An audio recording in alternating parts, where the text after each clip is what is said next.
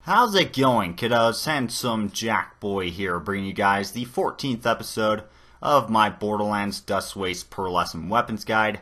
And in this episode, I'm going to be covering the Conservation. The Conservation is a TDR pistol, and the prefix for mine is CVNV double Conservation. The prefix for you guys might change. Now, as you can see there in the red text, it says, "I'm not a fan of capitalism."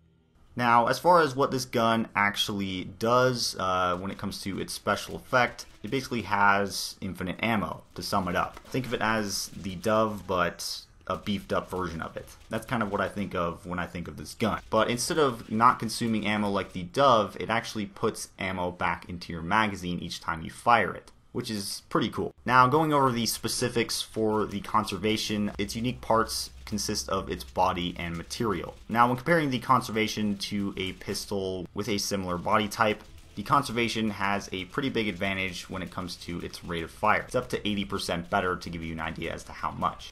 Now, alongside that, the Conservation also gains increased accuracy of 20%. It gains slight ammo regen, which does kind of make sense since it's a TDR, has a 55% decrease to its damage output, and last but not least, the tech level gets a pretty big buff if this thing so happens to spawn with a elemental effect. Now, that was pretty much this gun in a nutshell, so what do I think about this weapon?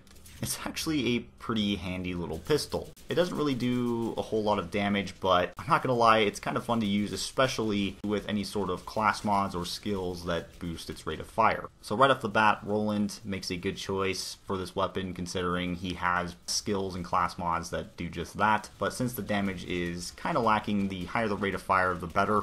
Mordecai, with his pistol build, would also make a great choice for this weapon, and is also able to make this weapon more viable against tougher enemies, because that's kind of one thing that sets this gun back is, while it's okay against the smaller, more weaker enemies, it really struggles against larger, more tanky enemies, especially badasses.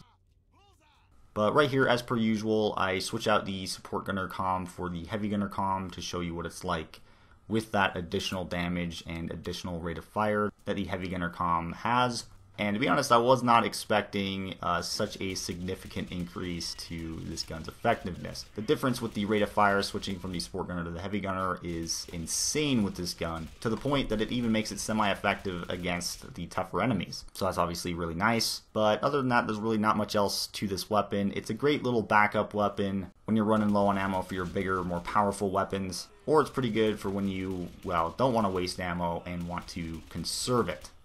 See what I did there, since this gun's called the Conservation. But yeah, that's pretty much going to wrap it up for this video, guys. I hope you enjoyed this. Be sure to rate, comment, and subscribe for more, and I'm out of here. Peace!